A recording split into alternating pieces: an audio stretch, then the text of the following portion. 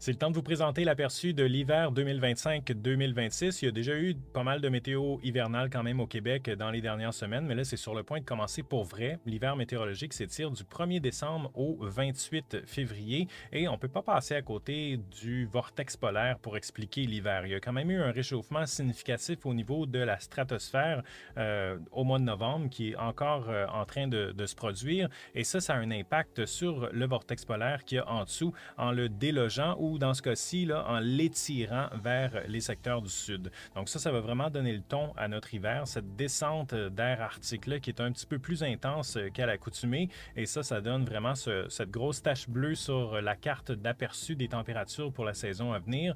Donc pour pas mal toutes les provinces, du milieu de la Colombie-Britannique jusqu'au milieu du Québec, on parle de températures sous les normales. Donc ce ne sera pas froid constamment, mais disons que les périodes de froid vont supplanter les périodes de douceur au courant de l'hiver. Donc, on va se retrouver un peu sous les normales probablement à la fin lorsqu'on va faire le bilan.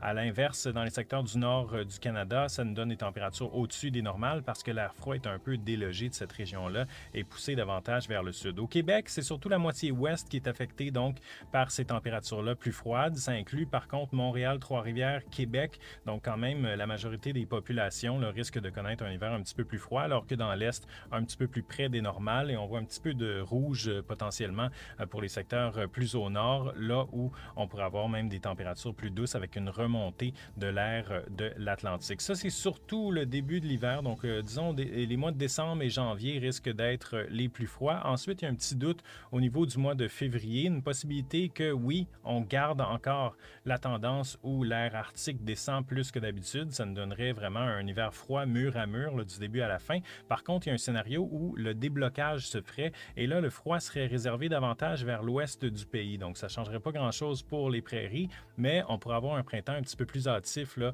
pour ce qui est des secteurs de l'Est, donc l'Ontario, le Québec et la région atlantique. Donc, un petit espoir pour ceux qui n'aiment pas trop le froid ou un hiver qui s'éternise pour le mois de février, entre autres, avec des températures qui pourraient être au-dessus des normales. On y reviendra à ce moment-là. Au niveau des précipitations, il y a 4 zones où les systèmes peuvent provenir. Donc, l'origine de ces systèmes-là, soit l'Alberta, on parle de Clipper dans ce cas-là, les systèmes du Colorado, les systèmes du Texas et les fameuses tempêtes côtières, là, les Nor'easter du Cap Hatteras, qui frappent surtout directement les maritimes, la région atlantique, mais souvent le Québec, là, par le côté, là, a quand même des répercussions de ces systèmes-là. Cette année, ce serait surtout les systèmes du Colorado et du Texas qui l'emporteraient en termes de fréquence. Et ça, donc, ça nous donnerait un corridor là, de précipitations au-dessus des normales pour ce qui est du Midwest américain en passant par le sud de l'Ontario, le sud du Québec. Donc, avec des systèmes qui peuvent être quand même assez gorgés en humidité, qui peuvent donner quand même de bonnes quantités d'eau. On devrait passer au-dessus des normales pour ces régions-là. Par contre, pour les secteurs du nord du Québec, pas mal ailleurs au Canada, de façon générale, ce semble être une saison assez normale. Et au Québec, là, c'est à peu près jusqu'à la hauteur de l'Abitibi, le Saguenay, le bas du fleuve, où on garderait ces précipitations-là qui, on prévoit être au-dessus des normales, alors que dans l'extrême est, la Côte-Nord et la Gaspésie, ça risque d'être plus près des normales parce qu'on aurait moins de tempêtes côtières qui donneraient donc ces précipitations plus abondantes, là, typiquement dans l'est.